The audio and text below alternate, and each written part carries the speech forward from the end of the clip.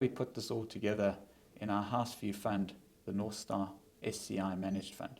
Firstly, on SA equities, having been underweight our peer group for a few years, we've been lifting exposure of late to South African shares. Secondly, offshore equity, having been overweight our peer group for a number of years, in the last 12 months, we've made a big decision to drop offshore equities and reduce our exposure there.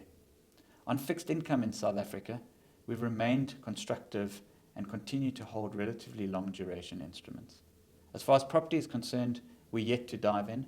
Although valuations have improved, we still feel there's a lot of pressure in that space and also quite a lot of excess capacity. Probably most notably in the fund, we've allowed our offshore exposure to diminish. Not just in terms of equity exposure, but as a whole, as our inflows in the fund have dramatically increased. So we've allowed offshore to whittle down from over 30% down to low 20s in the fund, while buying South African equities. We understand that there's risk in doing this. We understand the Moody's outlook might change, but we just feel currently valuations more than compensate us in the South African market and really don't in offshore markets. Probably the last part of this is all around the performance of the fund. We're proud to indicate that the Northstar SCI Managed Fund continues to perform well.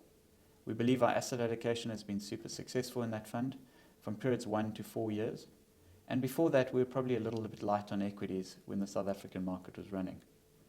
But the last 4 years have been really positive in terms of performance in the fund, and we continue to improve the performance on a consistent basis. What has worked has been our asset allocation. What has also worked is the core true skill inside Northstar, which is stock selection. What's been hard on us, however, is the performance of commodities.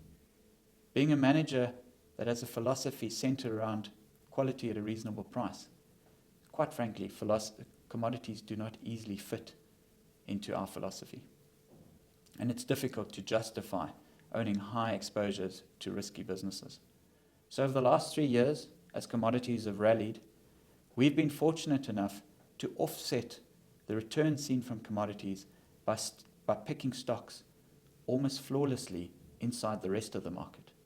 We've avoided numerous disasters, Steinhoff, etc., and we've managed to pick up some of the top performing stocks in the market outside the resource space.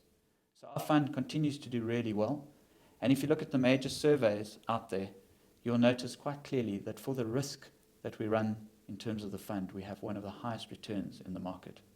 We do not believe that this should change. Our processes are in place, and we have a philosophy that will generate long-term returns for investors.